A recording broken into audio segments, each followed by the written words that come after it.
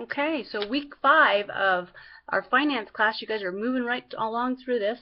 Don't forget, this week we're presenting in class, so I'll see you on Wednesday at 6 p.m. unless you've made other arrangements for me. I know that there's one group that we're meeting on Tuesday.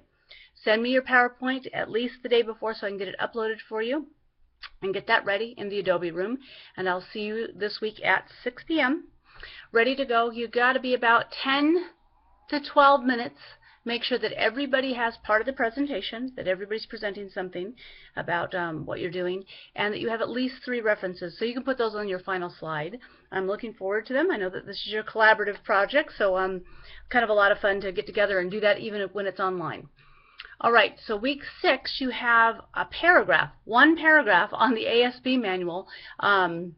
Make sure to read it, because it's really important. It's one of the most important things you're going to do as a vice principal is working with ASB funds or PTA funds.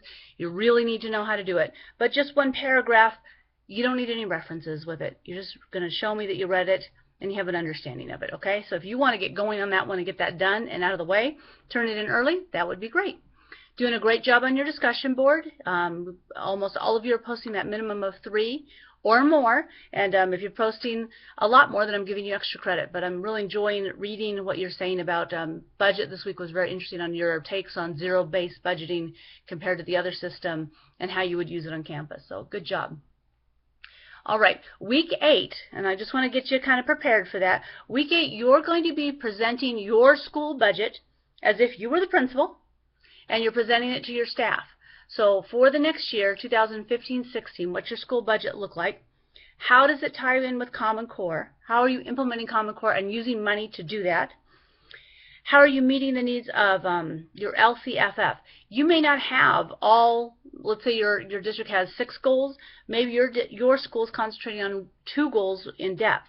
So what goals are you concentrating on from your LCFF, and how will they affect your school? Using the budget that you have, okay? And if you don't have time to get with your principal, because I know it's an insane time of year, take the budget that you had before and kind of make up stuff, okay, of what you would want to do, not what your principal wants to do, what you would want to do if you were principal, okay? You're going to be talking to your staff as if it's like the first day back to school, okay?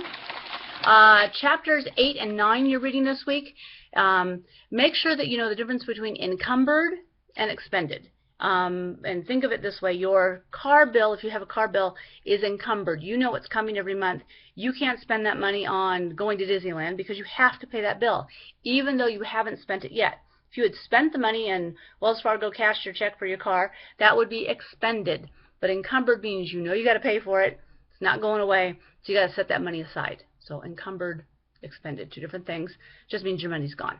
Okay. Chapter 10 is a good chapter on audits, and the school districts are audited every single year. Your district hires an independent person to come in, or a company to come in and audit their books, and this is really a good thing.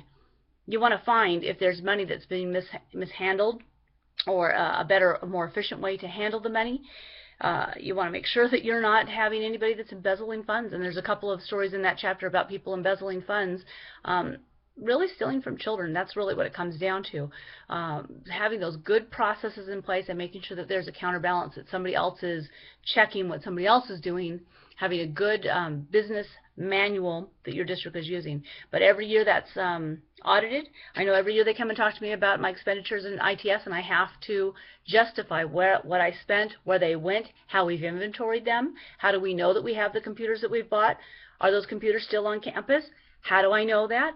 So it's just a good thing, just like you would with your own checking account, of kind of going through and figuring out where you spent money and, you know, has anybody stolen from you? And a lot of us have credit cards that when you make an expense, it comes right to your phone and you know how much you've spent.